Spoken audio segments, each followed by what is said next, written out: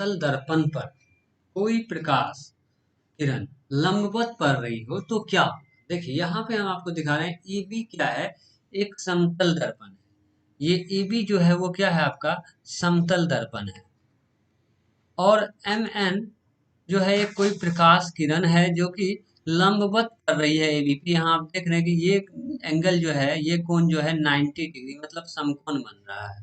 ठीक है, तो ये इस केस में क्या होगा, क्योंकि यहाँ पे जब एम एन पढ़ रहा है तो एन, ये जो है ये मान लेते हैं आपतित किरण, एम एन क्या हो गया, आपतित किरण हो गया।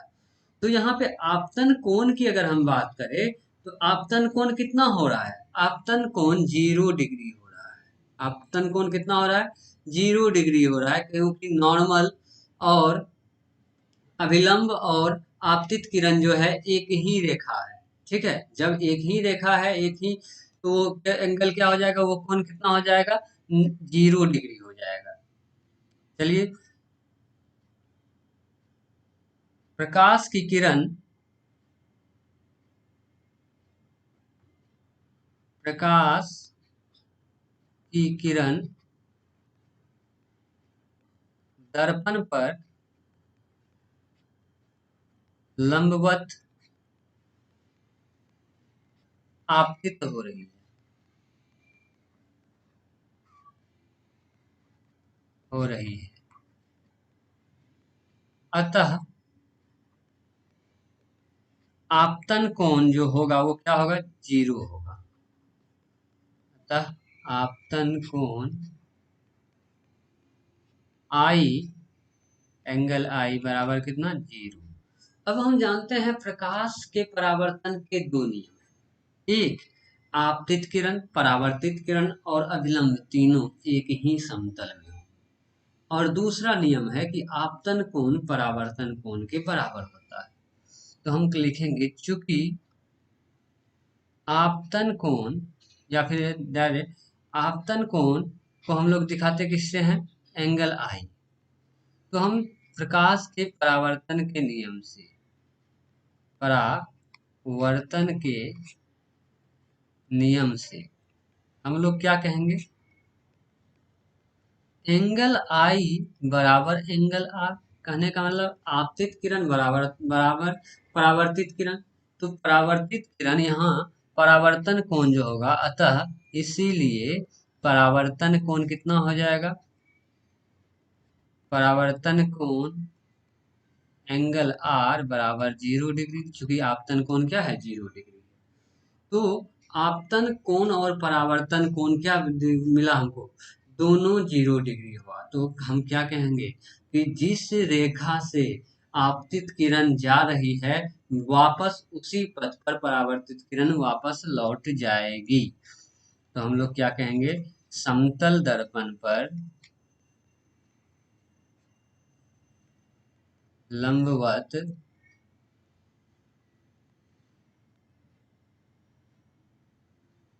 लंबवत पड़ने वाली प्रकाश की किरण, पड़ने वाली प्रकाश की किरण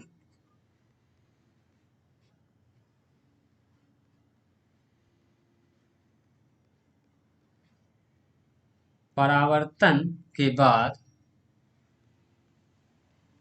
परावर्तन के बाद उसी पथ पर वापस लौट जाती है, उसी पथ पर वापस लौट जाती है।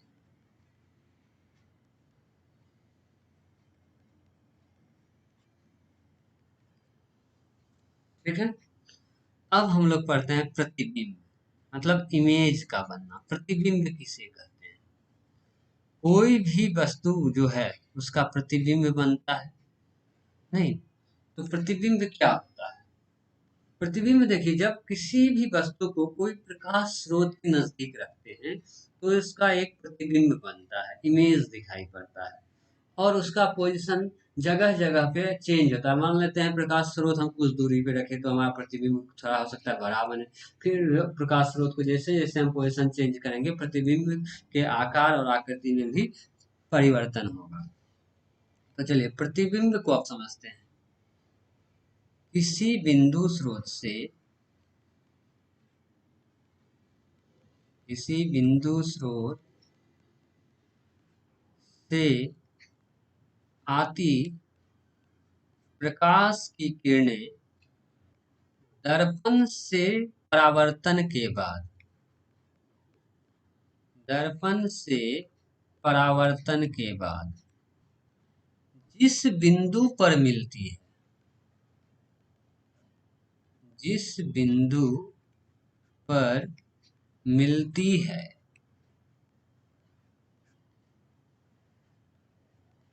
या मिलती हुई प्रतीत होती है या जिस बिंदु से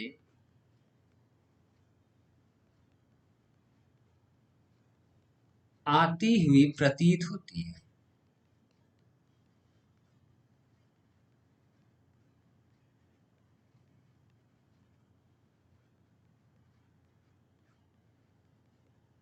उसे उस बिंदु स्रोत का प्रतिबिंब कहते हैं। इमेज। प्रतिबिंब को इंग्लिश में क्या कहते हैं, अंग्रेजी में इमेज कहते हैं। प्रतिबिंब दो प्रकार के होते हैं। प्रतिबिंब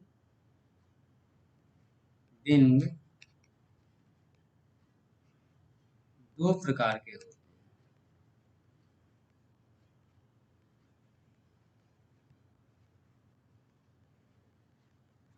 पहला वास्तविक प्रतिबिंब, रियल इमेज।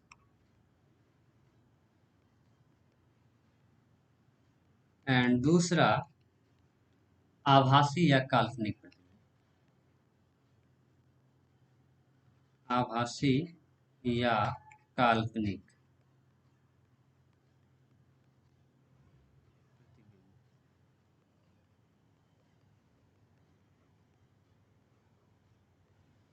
इसे हम लोग कहते हैं वर्चुअल इमेज।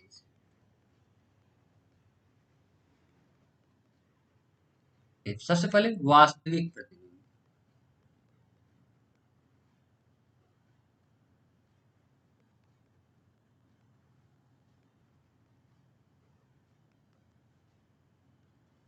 किसी बिंदु स्रोत से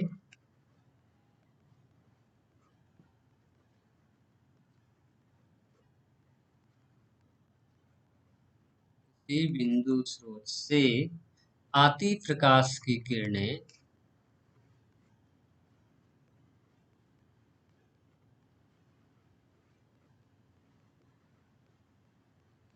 आती प्रकाश की किरणें दर्पण से परावर्तन के बाद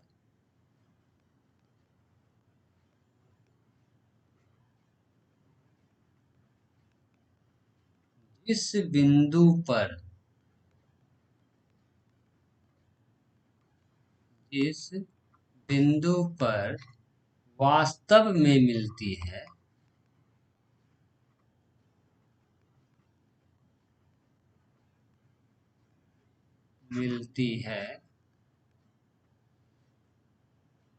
वास्तविक प्रतिबिंब कहलाते हैं।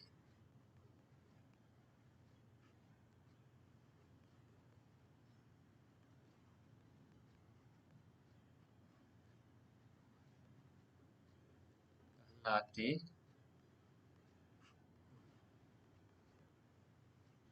तो हम क्या देख रहे हैं कि वास्तविक रूप से प्रतिबिंब बन रहा है। वास्तविक परावर्तन के बाद जिस बिंदु स्रोत पे वो मिल रहा है, प्रकाश किरण पुंज मिल रहा है, तब वास्तविक प्रतिबिंब बनता है।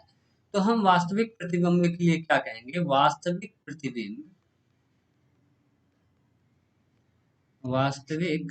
प्रतिबिंब पर्दे पर प्राप्त किया जा सकता है। पर्दे पर प्राप्त किया जा सकता है एवं वास्तविक प्रतिबिंब वास्तविक प्रतिबिंब वस्तु की अपेक्षा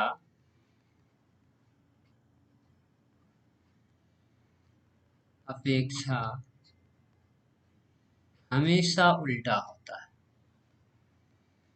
हमेशा उल्टा होता है।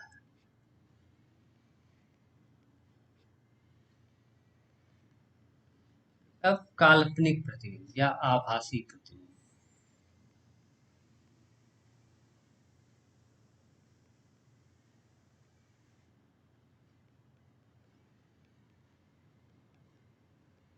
आभासी प्रतिबिंब किसी बिंदु स्रोत से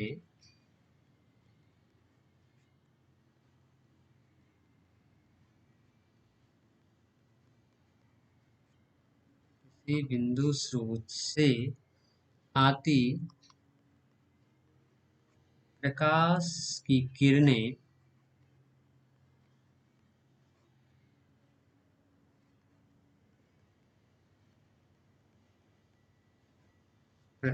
किरणें परावर्तन के बाद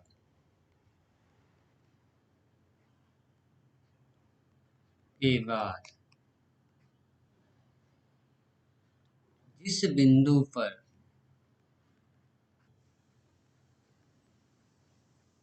बिंदु से आती हुई प्रतीत होती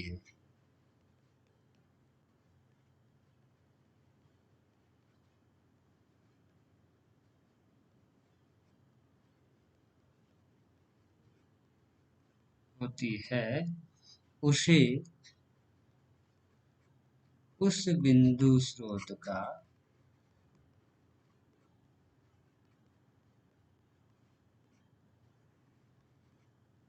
आभासी प्रतिबिंब।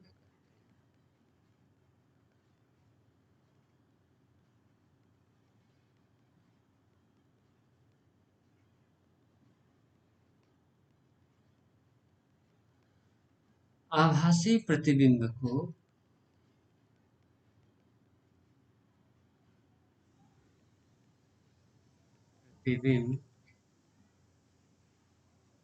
पर्दे पर प्राप्त नहीं किया जा सकता। आभासी प्रतिबिंब पर्दे पर प्राप्त नहीं कर सकते, ठीक है। एवं ये वस्तु की अपेक्षा हमेशा सीधा होता है, एवं ये वस्तु की अपेक्षा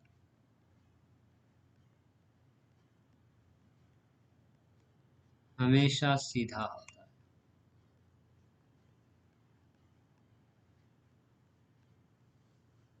सीधा।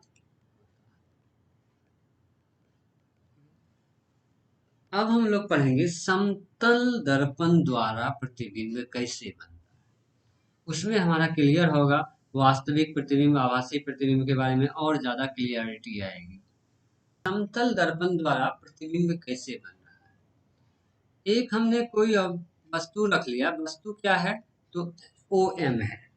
OM से हम एक प्रकाश गुजार रहे हैं, वैसे प्रकाश हर दिशा में गुजर सकती है नहीं, लेकिन हमने एक प्रकाश गुजारा OA जो कि दर्पण से ए बिंदु पे पड़ रही है और ये जो है वस्तु से होके आ रही है। तो ये गुजरी तो ये क्या करेगी, परावर्तन के नियम के अनुसार ये क्या करे, परावर्तित होगी।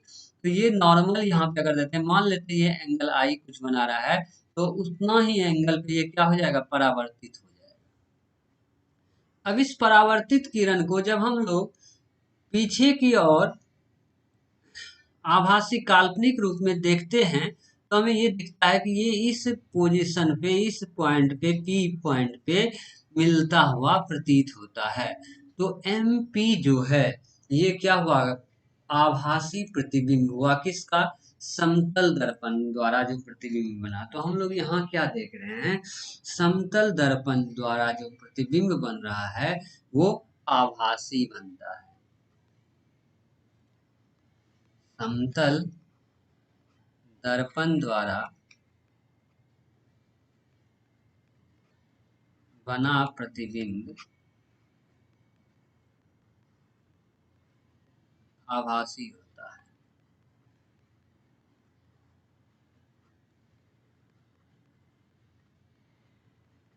चलिए अब दूसरा चीज हम लोग करते हैं। समतल दर्पण में ये तो पता चल गया कि जो प्रतिबिंब बन रहा है वो आभासी हो रहा है। अब यहाँ पे हम देख रहे हैं दर्पण से वस्तु की जो दूरी है वही बस दूरी दर्पण से प्रतिबिंब की है। कहने का मतलब हम कहते हैं दर्पण से वस्तु की दूरी, वस्तु कहाँ पे है, ओ पोजीशन पे है, तो वस्तु की दूरी क्या हो गया, तो एम ओ, ये बराबर है दर्पण से प्रतिबिंब की दूरी। दर्पण से जो प्रतिबिंब बना है उसकी दूरी जो है एम पी। तो हम कहेंगे संक्षेप में समतल दर्पण में वस्तु दूरी बराबर प्रतिबिंब दूरी।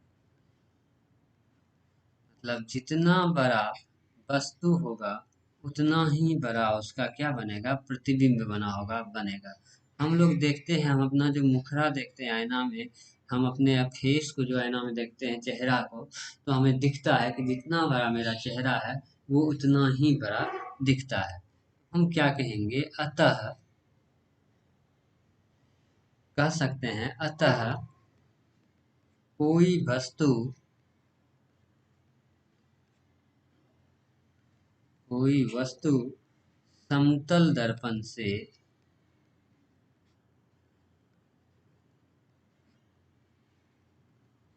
जितनी आगे होती है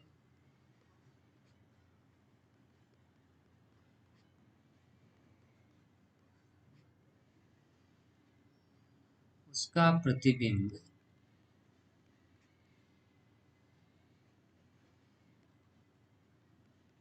उसका प्रतिबिंब दर्पण से उतना ही पीछे बनता है।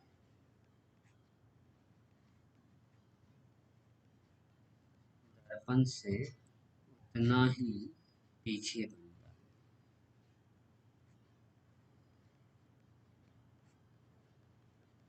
ठीक है। अब ये है पार्श्व परावर्तन। देखिए समतल दर्पण में क्या होता है, पार्श्व परावर्तन होता है। पार्श्व परावर्तन क्या होता है उसको समझिए। जब हम समतल दर्पण के सामने अपना दायां हाथ रखते हैं तो वो बायां दिखता है, और बायां हाथ रखते हैं तो वो दायां दिखता है। तो ये घटना पार्श्व परिवर्तन कहलाता है। किसी समतल दर्पण में समतल दर्पण के सामने दायां हाथ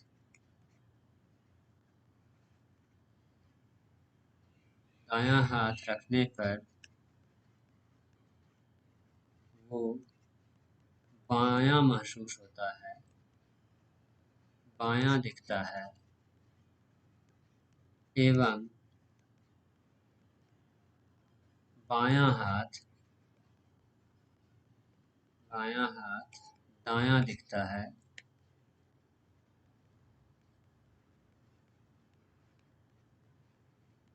यह घटना पार्श्व परिवर्तन कहलाता है। यह घटना क्या कहलाता है, पार्श्व परिवर्तन कहलाता है। ठीक है। लेफ्ट का राइट और राइट का लेफ्ट दिखना। जैसे कि अब हम कोई अल्फाबेट देखे होंगे कि अगर हम ए लिखते हैं और ए हमको देखना हो तो वो उल्टा दिखता है। तो कहने का मतलब कि कोई भी इमेज जो प्रतिबिंब है उसका उल्टा दिखना, वो क्या कहलाता है, पार्श्व परिवर्तन, लेटरल इन्वर्जन। इसे हम लोग क्या कहते हैं, लेटरल इन्वर्जन। ठीक है। चलिए अब हम आगे पढ़ते हैं समतल दर्पण द्वारा बने प्रतिबिंब की विशेषताएं। समतल दर्पण द्वारा समतल दर्पण द्वारा बने प्रतिबिंब की विशेषताएं।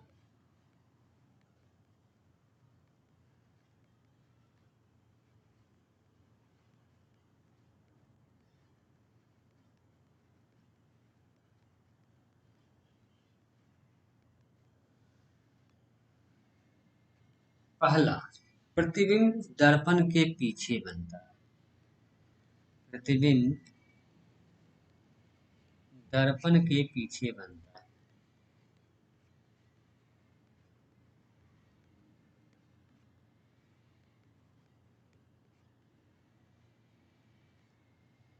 दूसरा, प्रतिबिंब का आकार वस्तु के आकार के बराबर होता है। प्रतिबिंब का आकार वस्तु के आकार के बराबर होता है। आकार के बराबर होता है।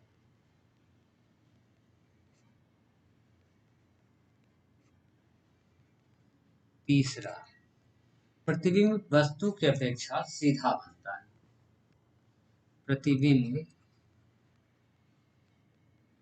वस्तु की अपेक्षा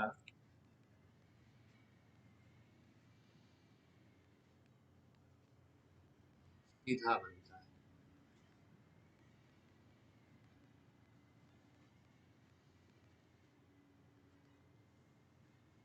प्रतिबिंब आभासी होता है।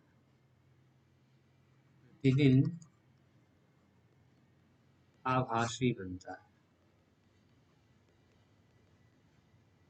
इसे पर्दे पर प्राप्त नहीं कर सकते। इसे पर्दे पर प्राप्त नहीं कर सकते।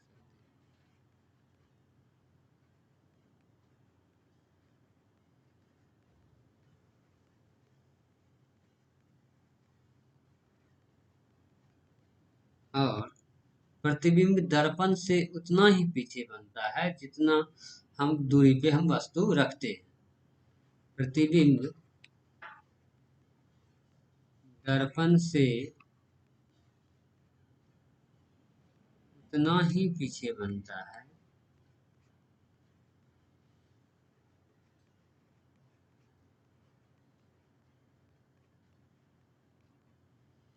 जितना वस्तु दर्पण से आगे रहता है।